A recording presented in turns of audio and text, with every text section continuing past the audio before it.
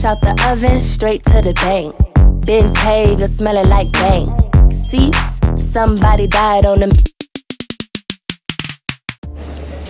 Yes mga brothers, welcome back sa ating motorcycle walk around review. Today's episode, nandito tayo ngayon sa warehouse ng FKM dito sa San Simon, Pampanga para tignan ang bagong version ng adventure scooter nila. Ito nga yung Venture 150 Ultimate Plus and then yung Venture 150 Standard Plus pala. Alright, mag-ultimate na naman ako. Anyway, ang napili ko is itong ultimate, no? Si standard naman kasi, same lang din naman sila na itsura. And ang mga nadagdag lang naman doon dito sa ultimate pala, yung mga tech features. Si standard naman, discuss na lang natin kung ano yung wala sa kanya during ng ating walk around review. Syempre, bakit nga ba tinawag na plus? Alam naman natin, ang pinaka main changes lang dito sa bagong version is rim set na siya ngayon. Pero bago natin yan tignan ng malapitan at alamin kung ano ba talaga yung pinaka main changes dyan, tignan muna natin yung mga iba pang specs and features nitong si Ultimate o si Venture 150 Ultimate para sa mga wala pang idea. Ito naman mga brad, mabilisan lang naman ito since nagkaroon na tayo ng walk around review nito. Impression ride, na long ride na rin natin ito kung nakapalo kayo dito.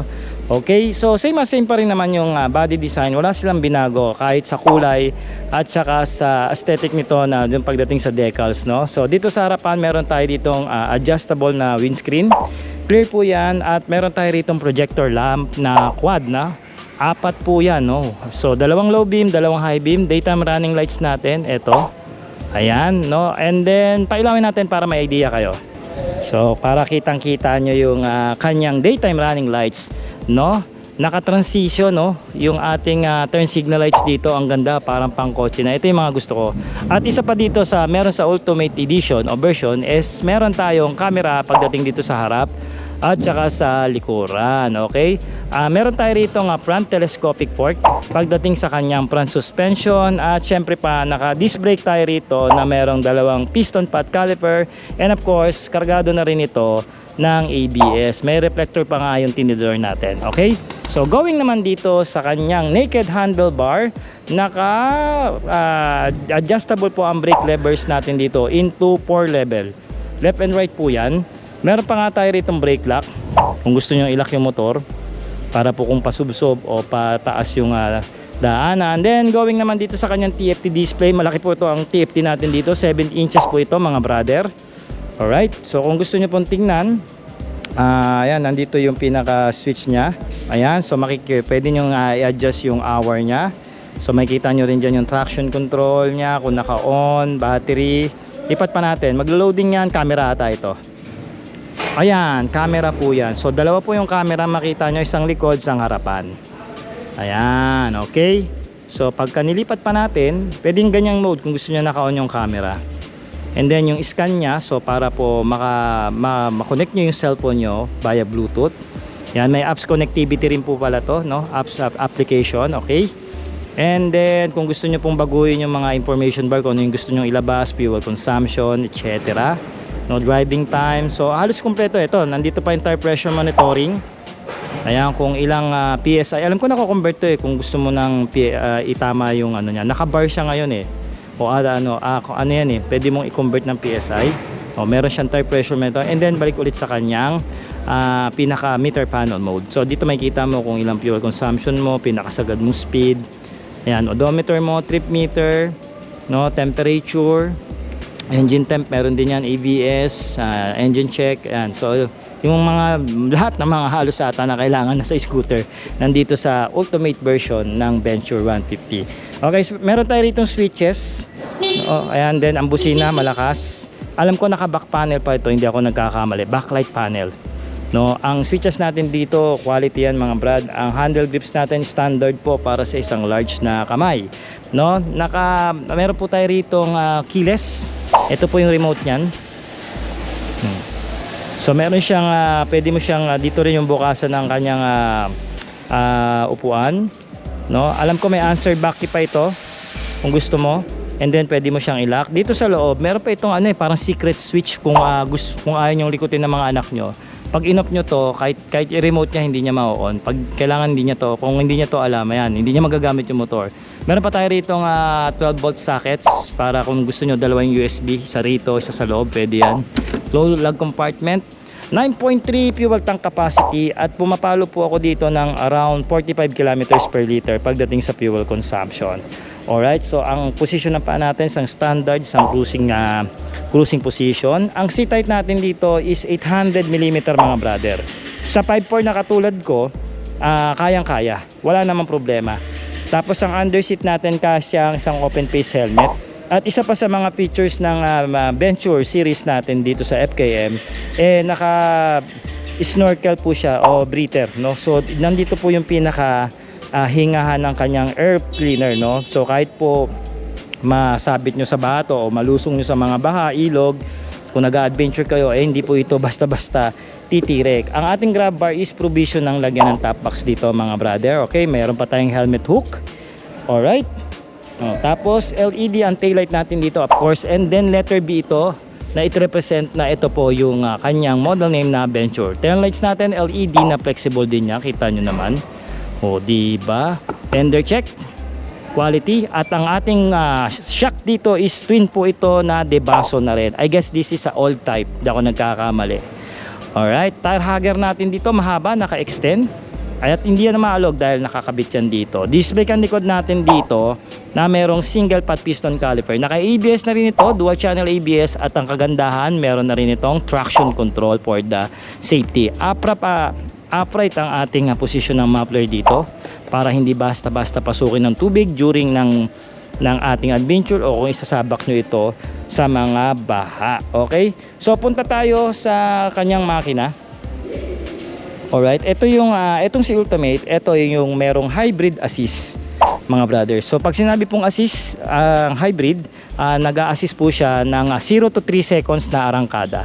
So ganun po yung karakteristik ng hybrid, no? Tumutulong po yung starting motor para po lumakas yung arangkada at the same time makatipid sa gasolina. 4 valves po ito na naka-liquid cooled since mataas po ang compression ratio natin dito. Okay, syempre CVT automatic ito.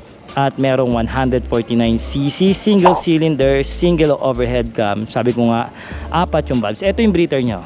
Ayan. Kita nyo, papanik hanggang doon sa upuan. Diba? Okay. Okay, bago natin makakalimutan mga brothers, ang kanyang maximum power is 12.1 kilowatts mga brad. And then pagdating naman sa kanyang maximum torque, 14.6 newton meter of torque naman. Kaya naman nang nagamit ko itong si Ultimate, talagang malakas ang kanyang power, no? And then meron pa siyang hybrid assist. Nandito yung kanyang liquid cooled cooling system niya mga brother. And then dapo na tayo mga brad dito sa pinaka main changes nitong Venture 150 Plus and then Venture 150 Ultimate Plus. Ito po yung kanyang spoke wheel mga brother. Ayan po. Yan. So hindi nyo natatanong, aluminum po itong spoke wheel niya. So mas magaang po siya ngayon kumpara dati na nakamags. At isa pang matindi rito, pag ito ganitong setup, mas maganda po maglaro ito sa mga off-road na daanan. Ang kagandahan pa dito mga brothers, bukod sa spoke wheel na siya, tubeless pa kayong kanyang gulong. Kasi ito, mga nakikita nyo na to sa mga high-end na motor, especially mga BMW, yung mga GS nila, ito, ina-adapt na ng FKM para po mas maganda ang inyong riding experience pagdating sa off-road, no? By the way, hindi pala binago ng FKM ang kanilang dual sports na gulong dahil CST pa rin ito mga brad. Kaya sobrang bisa naman ito pagdating kumapit sa mga konkretong daanan at sa mga off-road. Tire size po natin sa harap, 110 by 80 at 14 inches. Syempre pa, tubeless ito. Okay, ang ganda ng kulay ng mags na ginawa nila. Parang brown finish, which is my favorite color. Ayan, matte po ang pagkaka-finish niyan, parang matte, no? Okay, so likod para makita nyo. Ito yung likuran natin mga brother. Medyo marumi lang kasi galing ito sa test ride review. Okay, so dito meron tayong tire size na 130 by 70 at 13 inches naman. Of course, CST rin ito, no? Ang ganda talaga ng rim niya, no? Tubeless na yan mga brad, saan ka pa? Kaya naman mas pinaangas talaga to ngayon. At isa pa mga brother, ang nadagdag lang sa presyo nito is 2,000 pesos lang. Na-upgrade na yung unit mo. At hopefully baka gawin ng FKM dyan, kung yung mga dating user ng Venture, pwede sila magpa-upgrade, di ba? So ito ngayon mga brothers, yung dating price niya na 166,000 pesos plus 2,000, so 168,000 pesos na. Okay, so yung standard edition naman is 143 dati, and then yung plus na version is 145,000 na. Alright, so yun na naman. At kung interested pala kayo sa motor na ito, pwede nyo po ako PM sa ating Facebook page. Ayan, tulungan ko po kayo maglabas kung ano pong gusto nyo, terms or cash, walang problema yan. PM nyo lang ako mga brothers. So mga brad, maraming salamat po sa pagsama nyo sa ating quick walk around review dito sa bagong version ng Venture 150 Ultimate Plus at Venture 150 Standard Plus. Okay, so ito si Standard para may idea kayo. Wala siyang camera, wala siyang traction control, at wala siyang hybrid assist. Yun lang naman. No, alagay ko, ito na yung ano eh. Ito na, binago na nila to. Dati ordinary lang, so in-upgrade na rin nila to si Standard, no, dito sa Plus version, no, di ba? Tapos yung LCD ata halos same na rin, o di ba? Wala nga lang siyang camera, wala siyang traction control.